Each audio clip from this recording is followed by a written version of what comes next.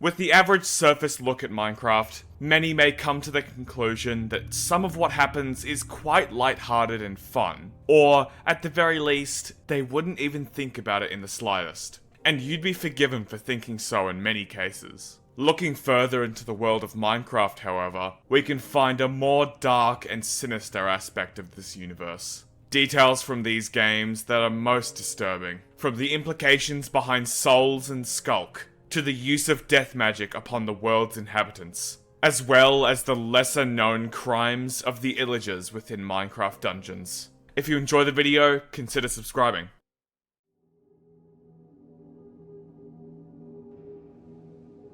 To start, let's look at the undead. Many have always looked at the undead as just another thing in the world, being another group of fantasy creatures that are made to oppose the player. But their implications are dark indeed. Even in Minecraft dungeons, not many humans are around compared to villagers and illagers, which primarily dominate the overworld, meaning most have long since passed, leaving many to still exist, in whatever diminished form that may be to this day. In Minecraft Dungeons and its novel, The Rise of the Arch-Illager, we can encounter a new enemy known as the Necromancers. These are not like your average undead. They are very mentally capable and sentient as well. They have direction, being able to lead their forces of the dead through battle with their staffs. Even besides this, they feel emotion, something that most of the undead lack. They are cold, calculating, and they laugh right at you as their zombie hordes shamble towards you. Once living humans with thoughts and feelings, now reduced to mindless husks of their former selves. Undead are primarily a product of necromancy too, magic that controls and summons the dead. The devastation of humanity was intentional. It was no disaster made from natural means. This was a violation of life itself, used to carry out acts of war. This is why there are so few humans in vanilla Minecraft and Minecraft dungeons compared to the countless undead which can be found throughout the world. Not even children would be safe. Because necromancers control and summon the undead, the existence of baby zombies would mean that even they were victim to the evils of the necromancers, either perishing with the intent or their bodies used as unwilling weapons after their untimely demise. Acts which would have been intentional on the part of the nameless kingdom which they belonged to. After all, they'd be smaller, faster, and able to enter gaps that the adults could not. It was strategic, and they would benefit from having them in their armies. In their eyes, they'd have a reason to target everyone. The power to control the dead could bring them untold glories. But at what cost to us?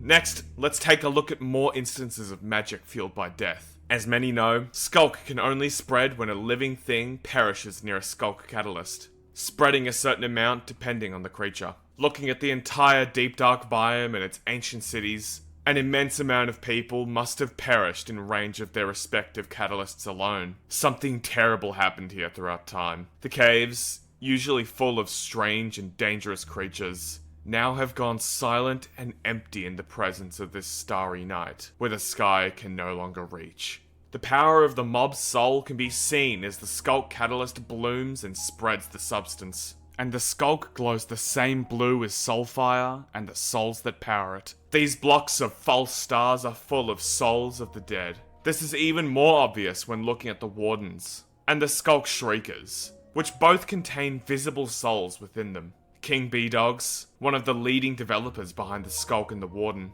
has stated on Twitter that you could definitely argue that Skulk in general is sentient, happy face, meaning the Skulk itself, not only the Warden, is aware, likely through the souls they contain, as if they've been added to its collective consciousness, trapped forever. Not just the bodies of perished mobs, but their spirits. The faint screeches it makes when breaking any of these blocks adds to this idea that it may feel pain and distress, that the souls within may still be aware of their surroundings. Skulk is not the only thing to have souls trapped within it either. Like these blocks, items can have souls trapped within too. For one, the feral crossbow from Minecraft Dungeons description states, if you listen closely, you can hear the souls inside of the crossbow, usually ridiculing you. This is already quite telling that they've retained their sentience to, at least, some degree. But the Minecraft Dungeons guidebook explains further, stating, "Be sure to aim true with this bow if you prefer to avoid ridicule from the whispering souls within. It increases the number of souls you gather and boosts your chance of landing a critical hit." They are aware of you and your actions. This furthers the idea of the Skulk's sentience, as even items infused with souls and their energy have at least some level of awareness. In fact, we could even look at other soul-based items to hear more of this. Many of them will scream and groan, from weapons to armor and artifacts, such as the Totem of Casting, the Harvester, the Soul Bow, the Soul Crossbow, the Soul Dancer Robe, and many more. If this is all true, and all of this is to be believed, then that would mean that these once living beings have been trapped in place, potentially for eons, unable to move an inch, unable to fully pass on, until someone, maybe even you, finally destroys the dark prison in which they reside. The Ghost Cloak, an artifact also from Minecraft Dungeons, supports this too, with it likely being made with Skulk due to its starry appearance, and the ringing sound it shares with the Skulk Shrieker. Just take a listen.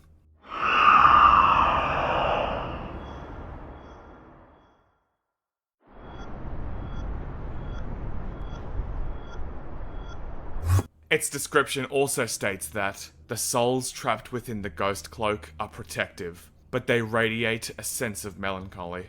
These, the souls of the former living, exist in an agonizing state. Some of them have even known this existence longer than they experience actual life. They are in distress and exist saddeningly. The very essence of their being now used to power weapons and to take more life against their own accord.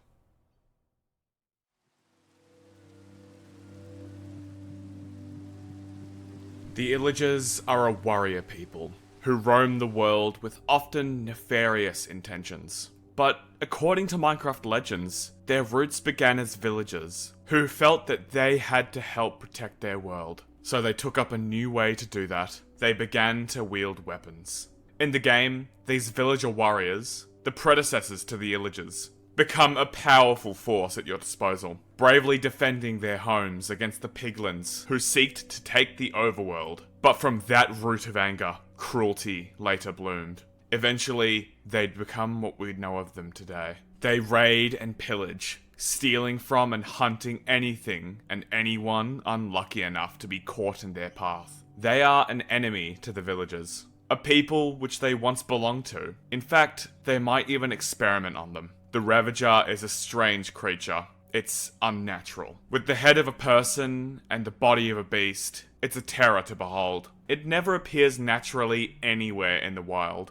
More than this, it's not even classified as an Illager. Instead, it's something else. Take note of its face. The nose, the eyes, and that signature unibrow. The sound it makes too. This is a villager, but something is deeply wrong.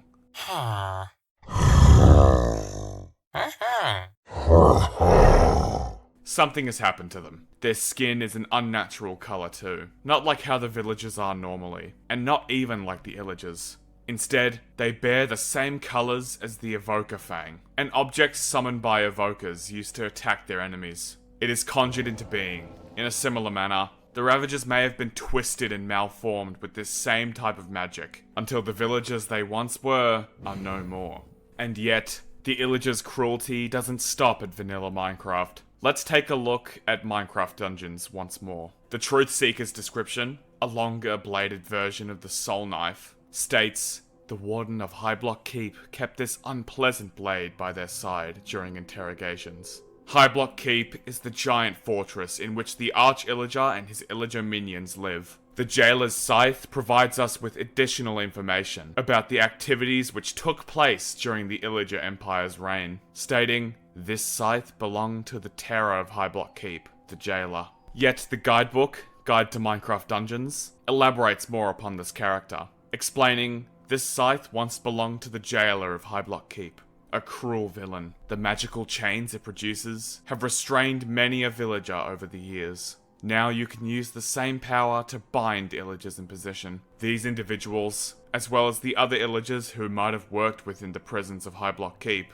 were deeply evil, and their implied actions were even more sinister. We must journey now deep into the depths of High Block Castle, below even the forgotten cellar located below the keep. Within the second half of the Underhall's level, we can see the jails which were spoken of in the weapon descriptions, deep below the castle, now forgotten and left largely unused by the Illagers.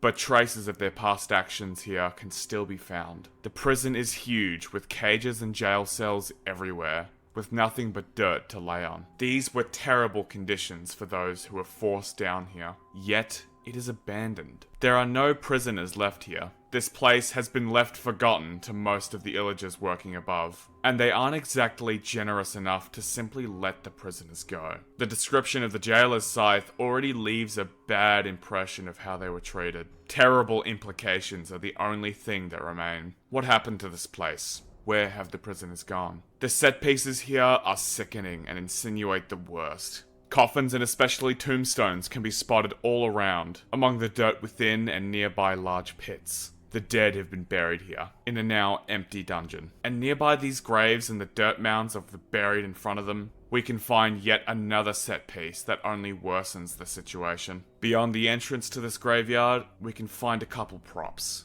Something disturbingly recognizable. Upon an elevated platform, 2 stools and a wooden beam that arches between them can be found. These were gallows, a structure and device used for execution. Of course, they wouldn't let these prisoners off that easily. In the darkest depths where only the worst of the Illagers worked, untold acts had come and gone, and we are too late. And to really sell the pattern of death surrounding this place, ghostly creatures known as wraiths swarm the area and begin to attack you once you disturb the evidence of the Illagers' dark deeds. But their ill-willed crimes don't stop here, unfortunately. Within the pumpkin pastures, Illagers have invaded and burned this once lively group of villagers. As you pass through, you can see the path of destruction they've left behind. Burnt homes and roasted crops are all that remain in their wake. The in-game story description for this level explains what has happened. The Illager raids have reached the once quiet fields of pumpkin pastures. As the villagers were dragged off in chains and everything burned, it seemed all was lost. One village stands in the chaos. The last homely hearth remains a beacon of hope, but they need our help. Yet, this isn't what we're here to discuss. This level holds an even darker secret. This is, perhaps, Minecraft Dungeon's most obscure secret in the entire game. Something that almost no one who's played has actually ever encountered or known about. And even more than that, it can be found right at the beginning of this level. Atop one of the hills, we can find a small home with a plot of farmland fixed next to it. Of course, it's been abandoned and emptied out like most of the village houses around here. All thanks to the invading Illagers, who've been rounding the locals up for forced labor and torching their homes. But some of these Illagers are especially brutal. Behind some stacked boxes arranged behind one of the villagers' former homes, you can find an opening in the stony hill. Entering it will bring you to the Dusk Pit. It's dirty, seemingly cobbled together, and overall, it's one of the smaller sub-dungeons. But just at the end of this room, you can find something haunting. More gallows. But this time, there are visible remains. A pile of bones and skulls rest below the site of execution. And if you approach, 3 Illagers will appear from behind, ready to add you to their list of victims. Or not. Once they're defeated, there's no reward. No chest, no emeralds, no items. That's almost the eeriest part of all this. There's no actual reason to be here than to bear witness. All you can do is take in the scene left before you and the implications of it. What these Vindicators might have done to the former inhabitants of the house outside. Their mission here was simply to imprison and take off with the villagers. But these Vindicators, in particular, had other plans. With the only sound alongside the usual dungeon soundtrack being a low drone, almost like wind, howling through the cave. It's just grim. If you enjoyed this look at the more disturbing parts of Minecraft's lore, then liking, commenting, and subscribing helps a lot. And if you don't already know, we have a Discord server that I show sneak peeks of upcoming video pieces and info, alongside so much more. So join that if you'd like. If you want more laid-back content, check out the second channel, where I'll eventually post a Q&A and a few little progress teasers on the big upcoming theory. Hope to see you in another video, but until then, have a good day or night.